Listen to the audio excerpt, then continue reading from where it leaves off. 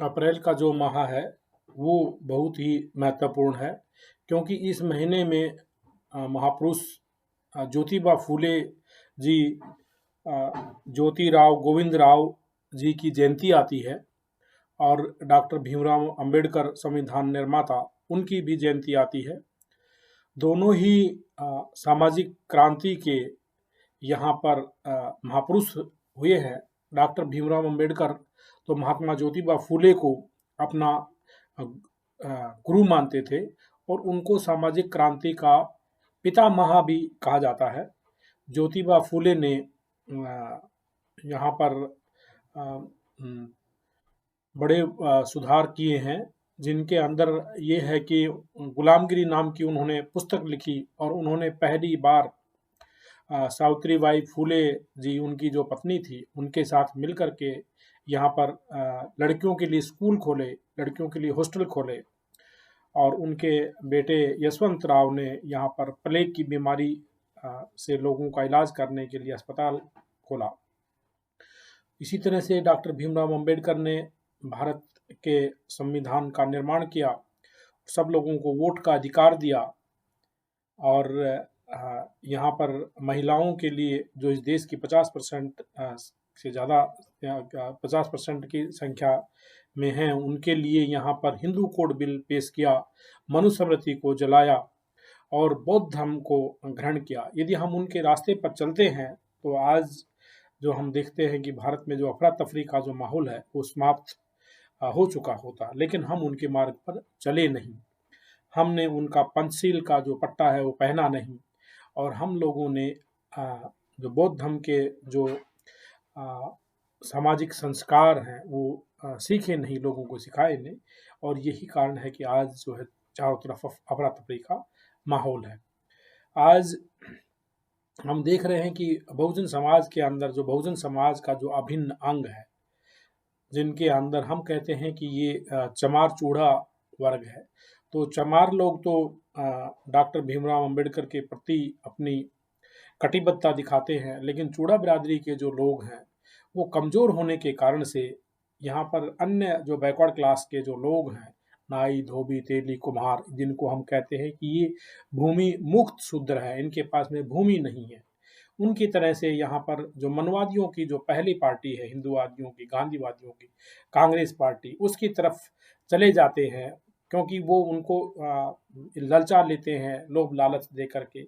तो उनको ऐसा नहीं करना चाहिए, क्योंकि अब समाज के अंदर बहुत बड़ा बदलाव हो रहा है और आधुनिक भारत के अंदर हम प्रवेश कर रहे हैं, तो हम लोगों को जो है इन सब चीज़ों को देखना चाहिए। यहाँ पर जो इंडी गठबंधन है उसके साथ नहीं जाना चाहिए, क्योंकि डॉक्टर भीमराव अंबेडकर कहते थे कि भाई कांग्रेस पार्टी जो है इसके 4 आने के भी सदस्य मत बनना, क्योंकि भारत के अंदर डॉक्टर भीमराव अंबेडकर को हराने वाले कांग्रेस पार्टी है और यहाँ पर जो सेपरेट इलेक्टोरेट है, जो कि ब्रिटेन के प्रधानमंत्री रामसे मैकडोनाल्ड ने 1932 ईस्वी में दिया था, उसको छीनने वाली भी कांग्रेस पार्टी है।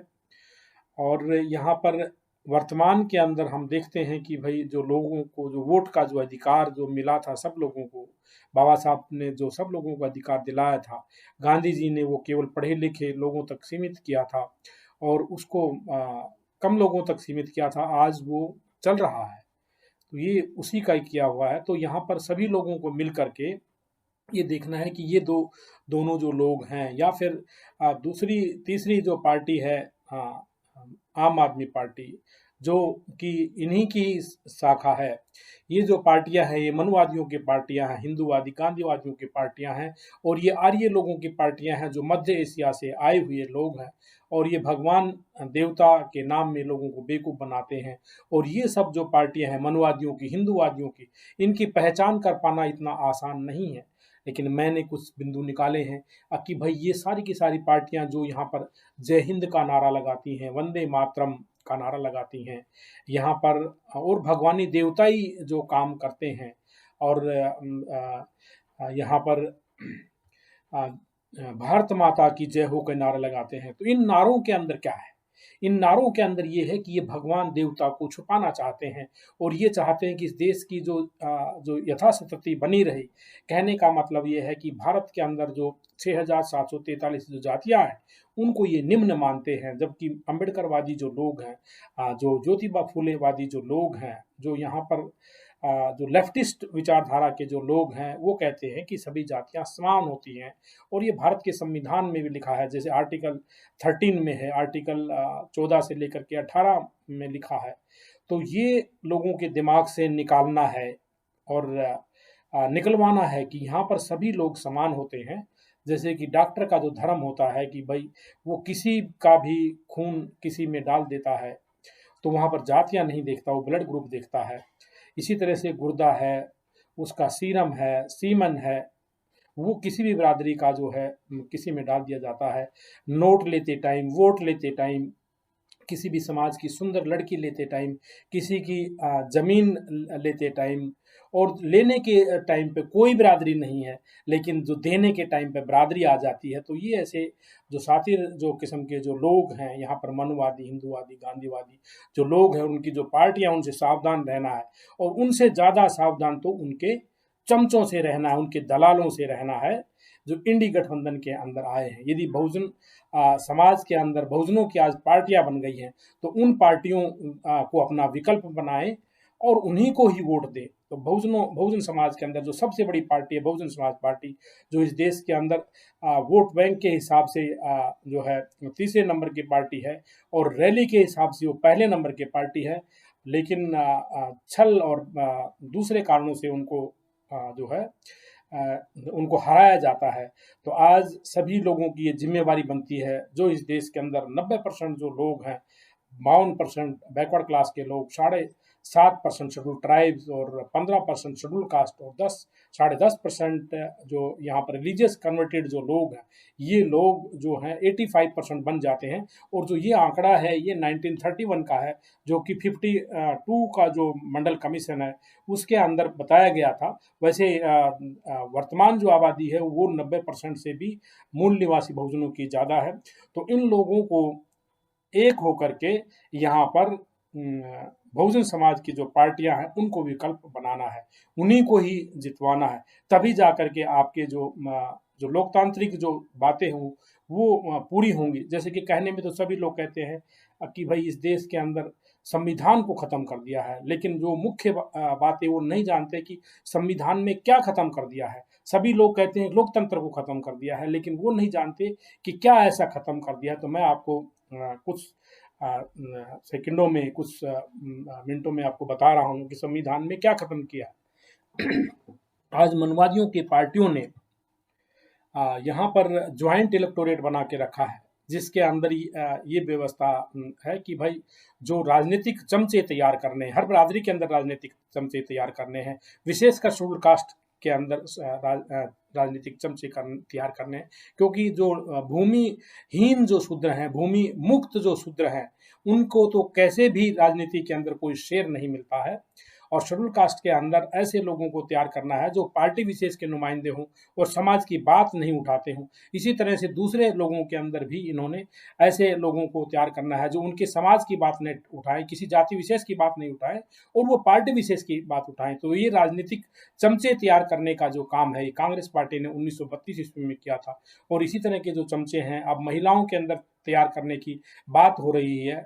और ये जो राजनीतिक जो चमचे होते हैं, उदाहरण के तौर पर मैं आपको बताना चाहता हूं कि एक लोकसभा के अंदर यदि 25 लाख वोटर हैं, तो और वहां पर 15 लाख यदि महिलाएं मान ली जाएं और 10 लाख वहां पुरुष मान लिए जाएं, तो वहां पर वो महिला नेता बनेगी। यदि वो सीट महिलाओं के लिए रिजर्व हो जाती है ज्वाइंट इलेक्टोरेट कहता है, तो वो महिला वहां पर नेता बनेगी जिसको 10 लाख पुरुष चाहेंगे। ये बड़ी ही एक विचित्र कहानी है जो कि आज तक जो शेड्यूल कास्ट के लोगों के साथ में होती आई है। क्यों? क्योंकि 10 लाख जो पुरुष हैं, उनके अंदर जो यहाँ पर षड्यंत्रकारी मानसिकता के जो लोग हैं, वो उस महिला को जिता लेंगे साम दाम दंड भेद से, शराब पिला करके, दूसरे लोभ लालच दे करके, जो पुरुषों के इशारे पर काम करेगी। तो इसी तरह से जो ये ज्वाइंट इलेक्टोरेट जो है महिलाओं तक भी एक्सटेंड किया गया है। तो इस तरह से जो राजनीतिक चमचे जो आर्य लोगों को चाहिए, और इन्होंने हर पार्टी के अंदर ये जो सिस्टम को एक्सटेंड किया है, तो आपने इनसे सावधान रहना है। दूसरा, आज बैलेट से चुनाव के लिए सारी की जो सारी मनुवादियों की जो पार्टियां हैं, ये चू नहीं बोली है, और जो बहुजनों की जो पार्टियां हैं वो बोली हैं, अभी भी बोल रही हैं, लेकिन उनका कोई नोट नहीं लेता। आज बहुजनों के जो सुप्रीम कोर्ट के जो एडवोकेट्स हैं, उन्होंने ईवीएम हटाओ संयुक्त मोर्चा के तहत ये कार्य किया। यहाँ की जो एनजीओ है एडीआर ने ये काम किया, और आज भी वो अपनी रैलियों के माध्यम से, जब 18वीं लोकसभा का चुनाव चल रहा है 2024 में, तो अपनी एनजीओ के माध्यम से, अपनी रैलियों में, अपने भाषणों के माध्यम से कह रहे हैं, चाहे वो बहुजन समाज पार्टी हो, चाहे भारत मुक्ति मोर्चा हो, यहाँ पर अम्बेडकराइट पार्टी ऑफ इंडिया हो, या दूसरी जो बहुजनों की जितनी भी जो पार्टियां हैं, वो सब ये बातें कहती रही हैं कि भाई देश के अंदर बैलेट से चुनाव कराओ। लेकिन यहाँ पर जो मनवादी जो लोग हैं, यहाँ पर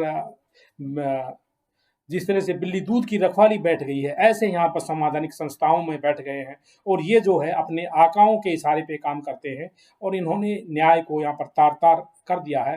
जैसे कि अभी का कितना घटिया जो फैसला आया है, सुप्रीम कोर्ट ने जो यहाँ पर जो चीफ जस्टिस ऑफ इंडिया ने जो है यहाँ पर जो इलेक्शन कमीशन ऑफ इंडिया के इशारे पर फैसला दिया है, और जो कि एक यहाँ पर जो सत्ता पक्ष की जो पार्टी रही है, उसके इशारे पर फैसला दिया है कि भाई यहाँ पर जो 100% जो वीवीपीटी की जो स्लिपें हैं उनकी काउंटिंग नहीं होगी। क्यों? उन्होंने क्या कहा है? उन्होंने कहा ये बहुत ज़्यादा पतली होती है। बेहुदा उन्होंने तर्क दिया। क्या पतली होंगी तो गिनी नहीं जा सकती? आप नोट गिनने की मशीनें ला सकते हो, तो वीवीपीटी की जो पर्चियां गिनने के लिए क्या मशीन नहीं ला सकते हो? दूसरा, उन्होंने तर्क दिया कि ये संख्या में बहुत ज़्यादा है। अरे जब आप कई कई महीने तक चुनाव करा सकते हो, तो 7, 8, 10 दिन क्या आप काउंटिंग में नहीं लगा सकते? क्योंकि ये देश की डेमोक्रेसी का इशू है, देश के मैंडेट का इशू है, ये 5 साल तक लोगों के भविष्य का इशू है, देश के संविधान को बचाने का इशू है। तो इस तरह से उन्होंने कहा कि इस तरह से हम करेंगे तो हम बैलगाड़ी के युग में चले जाएंगे। इनसे पूछो कि क्या जो जापान है, अमेरिका है, या दूसरे जो देश जहाँ पर दुनिया के सभी वो सभ्य और विकसित देश, क्या वो बैलगाड़ी के युग में चले गए, पीछे चले गए? तो ये सब जो बातें हैं बेकार की बातें हैं। और वो कहते हैं कि आज भी बैलेट जो है आपने देखा नहीं किस तरह से बैलेट बॉक्स लूट लिए जाते थे। आज भारत को कहा जाता है कि 2047 में भारत के अंदर जो सत्ता पक्ष की जो पार्टी है वो कह रही है कि 2047 के अंदर हम भारत को विकसित बना देंगे। लेकिन आज भी जो वो उनको ये डर है कि यदि हम चुनाव कराएंगे तो बैलेट बॉक्स लूट लिए जाएंगे, उसकी चोरी हो जाएगी। जो देश अपने बैलेट बॉक्स की रक्षा नहीं कर पाता है, अपने बैलेट की रक्षा नहीं कर पाता है, वो देश क्या विकसित है? वो देश अपने बॉर्डर की रक्षा क्या खाक करेगा? जो अपने बैलेट की रक्षा नहीं कर सकता, बैलेट बॉक्स की रक्षा नहीं कर सकता, तो अपने बॉर्डर की रक्षा क्या खाक करेगा? तो ये बातें हैं। और ये कौन लोग हैं जो कि चोरियां करते हैं? ये मनवादियों के ही गुंडे हैं, और इनके बारे में यहाँ की जो कॉन्स्टिट्यूशनल बॉडी है वो सब जानती हैं कि किस तरह से चोरियां होती है, कौन चोरी करता है, किसके वोटों की चोरी होती है। तो ये जो सातिर लोग हैं, ऐसे जो लोग हैं इंडी गठबंधन के अंदर भी हैं, क्योंकि वो इंडी गठबंधन के अंदर कांग्रेस के सहारे से वो उनको बेवकूफ़ और उल्लू बना करके भगवान देवताओं की गर्त में ले जा करके ये काम करते रहे हैं। और इसीलिए जो यहाँ की जो कांग्रेस पार्टी है उसने जानबूझ करके ये कहा था कि 100% वीवीपीटी की काउंटिंग हो। अब क्योंकि वो चाहते थे कि भाई यहाँ पर जो ना तो वोटर स्लिप लोगों के हाथ में मिलेगी, नहीं यहाँ पर 100% की काउंटिंग उन्होंने उनको पता था। उसके बावजूद आज वो क्यों नहीं बोल रहे हैं? क्यों नहीं बोल रहे हैं? क्योंकि ये एक ही लोग हैं। किधर क्या क्या अपने ही ये लोग सत्ता जो है अपने आसपास में रखेंगे, कि कहावत है ना कि अंधा बाटे सिरनी और फिर के अपनों को ही दे। तो ये जो लोग हैं इनको सपोर्ट नहीं करना है। वैसे तो यहाँ पर सब हेरा फेरी और बेईमानियां जो हैं, यहाँ पर जो इंडियन इंस्टीट्यूट ऑफ टेक्नोलॉजी के जो स्टूडेंट रहे हैं, जो साइंटिस्ट हैं, गुजरात से हैं और अमेरिका से आए हैं और यहाँ पर भी हैं, उन्होंने दिखाया कि भाई 4 वोट हमने केले को दिया और केले को केवल 1 वोट मिला, 3 वोट सेब को चले गए, जबकि सेब को एक भी वोटर नहीं डाला था। इस और उन वैज्ञानिकों, उन साइंटिस्ट को इलेक्शन कमीशन ने नहीं बुलाया, उनको यहाँ पर चीफ जस्टिस ऑफ इंडिया ने भी नहीं बुलाया। तो ये जो सरेआम जो गुंडागर्दी जो चल रही है, जो देशद्रोह का जो कार्य चल रहा है, इसके अंदर आप लोगों को सपोर्ट नहीं करना है। आपने जो लोग ईवीएम के खिलाफ बोलते नहीं हैं, जो बैलेट की बात नहीं करते हैं, उनको सपोर्ट नहीं करना है। आपने देखना है कि इस देश के अंदर जो है रोटेटरी जो सिस्टम नहीं है, जैसे कि जो सीटें रिजर्व बना दी गई हैं वो आज़ादी के बाद से अब तक वही चल रही हैं। तो क्या जो दूसरी क्या एक रिजर्व सीट के ऊपर जनरल कास्ट के लोग नहीं रहते हैं? तो उस जनरल कास्ट के लोग क्या ज़िंदगी में कभी भी एमपी एमएलए नहीं बनेंगे? उसको आप रोटेटरी क्यों नहीं बनाते हैं? तो ये जो लोग हैं, लोकतंत्र की हत्याएं तरह तरह के तरीकों से करते रहे हैं और इसी तरह से आज हम देखते हैं कि पाकिस्तान की आबादी केवल 17 करोड़ है और 17 करोड़ की आबादी के लिए यहाँ पर 440 एमपी है। कहने का मतलब ये है कि भारत की आबादी, भारत के एमपी की जो संख्या है उसके लगभग बराबर, और यहाँ चीन के अंदर 3000 एमपी हैं। इसी तरह से जो ब्रिटेन में 3000 से ज़्यादा एमपी हैं। तो भारत के अंदर भी यहाँ पर 4000 के आसपास में एमपी होनी चाहिए, क्योंकि भारत की जो आबादी है यहाँ दुनिया की सबसे बड़ी आबादी है। इस विषय को कोई नहीं उठाता है। तो बहुजन समाज के जो दल है, बहुजन समाज के जो बुद्धिजीवी है, जो इस देश के अंदर जो जज हैं, एडवोकेट्स हैं, उनको उठाना चाहिए कि जो डिलिमिटेशन कमीशन जो है, जिसके अंदर चीफ जस्टिस ऑफ इंडिया होता है और इलेक्शन कमिश्नर ऑफ इंडिया बैठता है और जो हर 10 साल के अंदर बैठना है, वो क्यों नहीं बैठने दिया? इन्होंने ये आरोप लगाया कि भाई आप आबादी ज़्यादा बढ़ाते हैं और आपको इसलिए आपके अधिकारों को रोका गया है।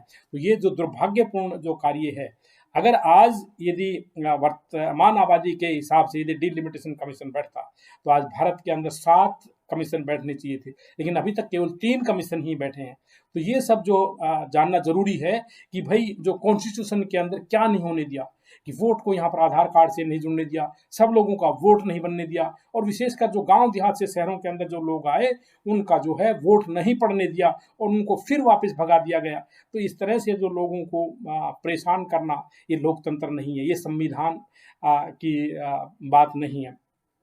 तो आप लोगों को क्या करना है? आप लोगों को इस देश के अंदर जो लोग इन बातों को उठाएंगे, जो बहुजन समाज की जो पार्टियां हैं, उनको जो है आप लोगों को सपोर्ट करना और ये जो मुद्दे हैं उनके सामने लेकर के जाने हैं, क्योंकि ये मुद्दे जो हैं देश के संविधान को बचाने के लिए हैं। तो इन सब मुद्दों को उनके सामने लेकर के जाना है।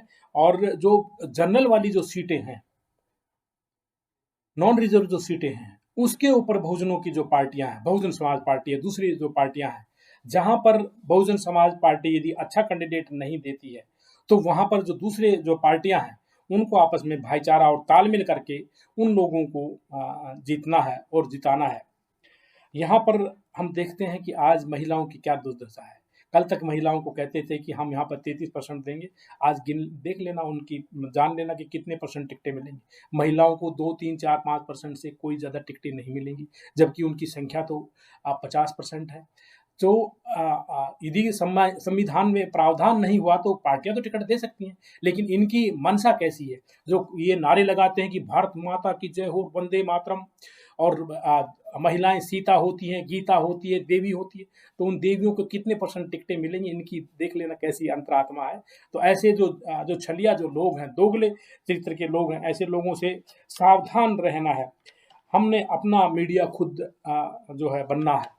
बहुजनों का जो पट्टा है, जो यहाँ पर नीला जो झंडा है, और जो बाबा साहब का जो नीला जो प्रतीक है, और यहाँ पंचशील का जो प्रतीक है, वो सभी लोगों को धारण करना चाहिए, दफ्तरों के अंदर भी धारण करना चाहिए। इसके लिए अभ्यास करना चाहिए और हम लोगों को अपना मीडिया बनना चाहिए। जो हमारे जो संस्कार हैं, सामाजिक जो संस्कार हैं, जो हमारे धार्मिक संस्कार हैं, वो बुद्ध की मूर्ति रख करके, अंबेडकर की मूर्ति रख करके, महात्मा ज्योतिबा फुले की मूर्ति रख करके, मानव काशीराम जी की मूर्ति रख करके हमको करने चाहिए। क्योंकि दूसरा कोई आपको जो है ये बातें नहीं बताएगा, और जब तक आप चेंज नहीं करेंगे, जब तक आप मतलब कि डरते रहेंगे और समाज में आगे आकर के इस तरह का कार्य नहीं करेंगे, तो आपकी बात आगे नहीं बढ़ेगी। क्योंकि बहुजन समाज की जो विचारधारा है वो सामाजिक भी है और राजनीतिक भी है। और ऐसे लोगों से सावधान रहना है जो आपको डराते रहे हैं, जो जातियों के नाम पर आपको निम्न बताते रहे हैं, आपका हौसला तोड़ते रहे हैं, और आपकी जातियों को जो है वो आगे नहीं आने देते हैं और लगने नहीं देते हैं। आप अपना हिस्सा क्या खाक मांगेंगे, जब आप खुद अपने आप को चमार साहब, लोहार साहब, कुम्हार साहब, नाई जी, धोबी जी, तेली जी नहीं कह सकते हैं, और वो गाड़ियों पे नहीं लगा सकते हैं, दिखा नहीं सकते हैं, कह नहीं सकते हैं, तो आपको कोई हिस्सा नहीं मिलने वाला नहीं है। इसलिए हर समाज के अंदर, हर जाति के अंदर, 6,743 जातियों के अंदर अच्छे जो पढ़े लिखे लोग हैं, सब लोगों को आगे आना है, मिल करके आगे आना है, और भाईचारा बना करके ये जो है अपना हिस्सा लेना है। और ये जो आपके जो पार्टियां हैं मैंने गिनाई है, बहुजन समाज पार्टी है, बहुजन समाज की बीएमपी है, अम्बेडकर पार्टी ऑफ इंडिया है, और यहाँ पर दूसरी जो पार्टियां हैं जो कि इन सब की जो बातें उठाती रही हैं, इनको सपोर्ट करना है, इनको वोट करना है। तो मैंने आपका काफ़ी समय लिया है, और पे बैक टू सोसाइटी के जो तहत जो बाबा साहब कहते थे, उसके तहत हम लोगों को अपने जो बच्चों को पढ़ाना है। जो पढ़े लिखे जो लोग हैं, बीए पढ़े लिखे लोग हैं, वो 12th को पढ़ाएं, 12th वाले बच्चे हैं वो मैट्रिक वालों को पढ़ाएं, और यहाँ ट्यूशन करें। इसी तरह से राजनीति भी उनको सिखाएं, सब लोगों का वोट बनवाएं, उनका आधार कार्ड से वोट जुड़वाने के लिए यहाँ पर संघर्ष करें। और यहाँ पर जो सबसे प्रमुख जो काम है, जो रिटायर्ड लोग हो गए, अम्बेडकरवादी जो लोग हो गए, उन लोगों को अपने लोगों के धार्मिक संस्कार करने हैं, और धार्मिक संस्कार बोध रीति से करने हैं। ज़्यादा इसके अंदर आडंबर में नहीं जा करके अपने बौद्ध जो धम्म का जो पट्टा है वो पहन करके, बाबा साहब की मूर्ति लगा करके, जो बौद्ध धम्म की मूर्ति लगा करके, बहुजन समाज के जो महापुरुष उनकी मूर्तियां लगा करके अपने समाज के जो जन्म के जो संस्कार हैं, विवाह के संस्कार हैं, और मरण के संस्कार हैं, आदि जो संस्कार हैं वो करने हैं। इस तरह से यदि बहुजन समाज करेगा तो मैं समझता हूँ कि बहुजन समाज अपने पैरों पर खड़ा हो जाएगा, और जल्दी ही यहाँ पर सत्तावान होगा, और आपस में भाईचारा बना करके जब वो यहाँ पर सत्तावान होगा, पॉलिटिकल पावर अपनी ले लेगा, तो अपनी सारी बिगड़ी को बना सकता है। इसी के साथ सबको साधुवाद, सबको जय भीम, जय भारत, नमो बुद्धाय, खुदाफिज। मैं डॉक्टर आर के बोस, सोशल एक्टिविस्ट, दिल्ली। इस वीडियो को ज़्यादा से ज़्यादा शेयर करें, लाइक करें, कमेंट करें। धन्यवाद।